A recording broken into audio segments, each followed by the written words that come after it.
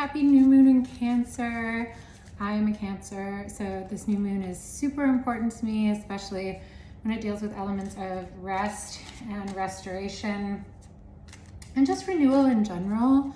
I've been feeling pretty low energy this last week, and I think it's just a calling to really take a step back from other people's urgency. That's been like a really big theme.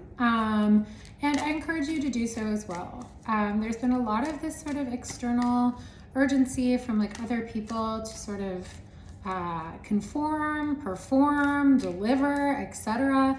And Cancer season is really just not about that, okay? Maybe in Leo season, we'll be able to push through and deliver a little bit more, but in Cancer season, it's really about tapping in to the self and really getting deep. So this is a little reading for the rest of Cancer season, and we're gonna touch on the new moon in Cancer, which is also happening today, Monday. We're also going to get some cards on the end of the week too, when Venus goes retrograde in Leo. So there are some really big changes astrologically, and a lot of energetic shifts as well. So let's take a look, okay?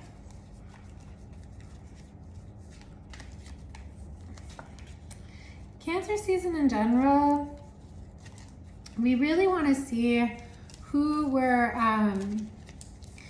dealing with, who are we connecting with, who are we co-creating with.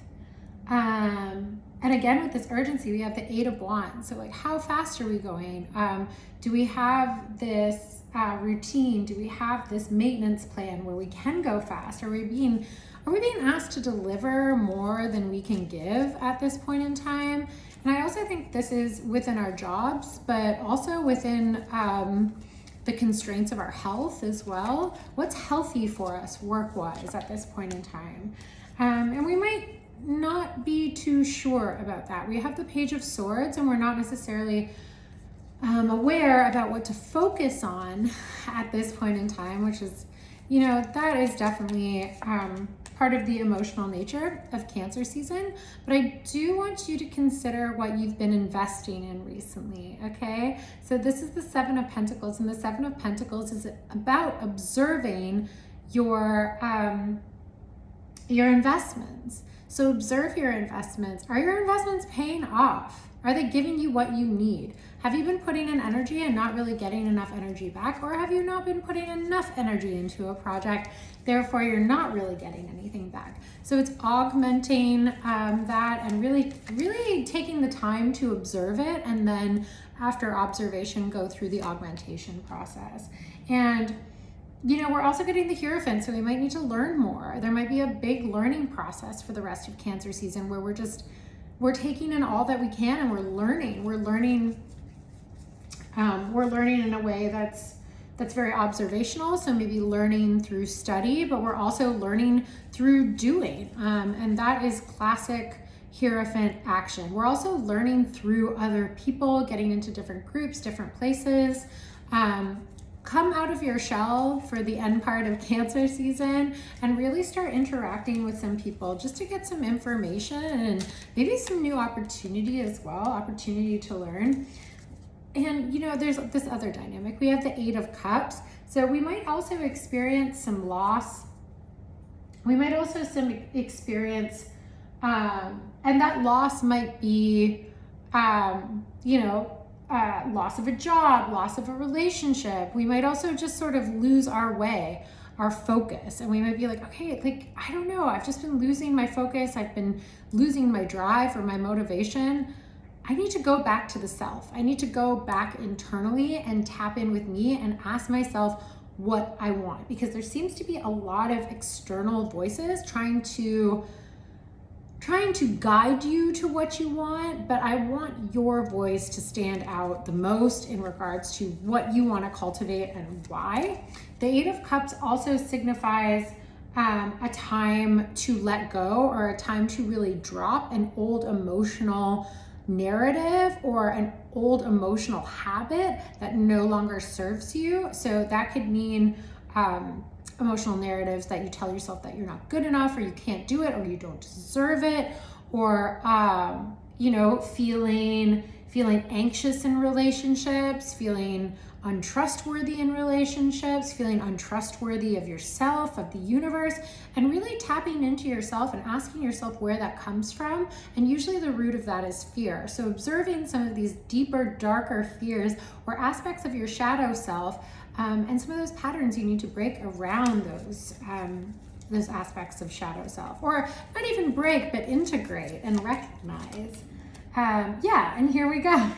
This is the Eight of Swords. So how are you blocking yourself from what you want? A lot of this is like, it's the emotional and the psychological aspect that's really knit together here. So take a really good observation of your mind, take a really good observation of your emotions, and ask yourself if this is really in line with your investments, with what you want to be investing in and how you want to be investing in it. 10 of Wands, okay? So 10 of Wands is like, you've been working really hard in all sorts of aspects. There has been a lot of hard work and you can't really carry much more at this point in time. So this full week, this is the week of the 17th. This full week, I don't want you to overload yourself because you're going to be overloaded as is. There's a lot going on, okay? You're going to have a lot going on. And we have the Moon card just to top it all off. Really interesting because that is Cancer's ruling planet. It is the Moon. So it's asking us to really go deeper into that shadow work and to observe the polarities within one another. They say we have a light wolf and a shadow wolf, which is also like, it's on the card, right? You see the light wolf and the shadow wolf. And you have to feed both of those wolves. So it's really a good practice to get to know some of those patterns that are created by patterns of thinking, which usually come out of fear. And that fear stems from like not being good enough or not being deserving for just being, which is internalized capitalism. A lot of us think that we have to do something to be deserving of something else, and that is just simply not true. Okay, so it's feeding your light wolf and your shadow wolf. So if you've been feeding the shadow wolf for a while, it's time to feed the light wolf and pivot your focus into something a little bit more lighter, something more nourishing, something more that's rooted and relative to self-love. So really getting into the swing of loving yourself hard for the rest of Cancer season and giving yourself what it needs. And sometimes that can be solitude. Sometimes that can be literally just spending some really good solid time in yin restorative energy practices and really not answering to the urgency of other people, of making a boundary, which can also be the 10 of Wands, and being like, I'm overloaded, sorry. The answer is no. So it's really good to observe some of those things. And if you are having trouble making some of those boundaries, you're having trouble saying no, ask yourself why that is.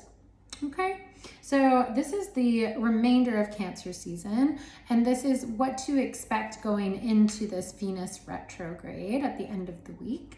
And just some of the energies to expect during this new moon transit as well. So thank you so much. Thank you for tuning in. Thank you to Random Ritual for having me. If you'd like to book a reading with me, you can click the link in my bio. If you have any questions, please feel free to DM me, and I'll be able to answer your questions. Thanks so much. Take care.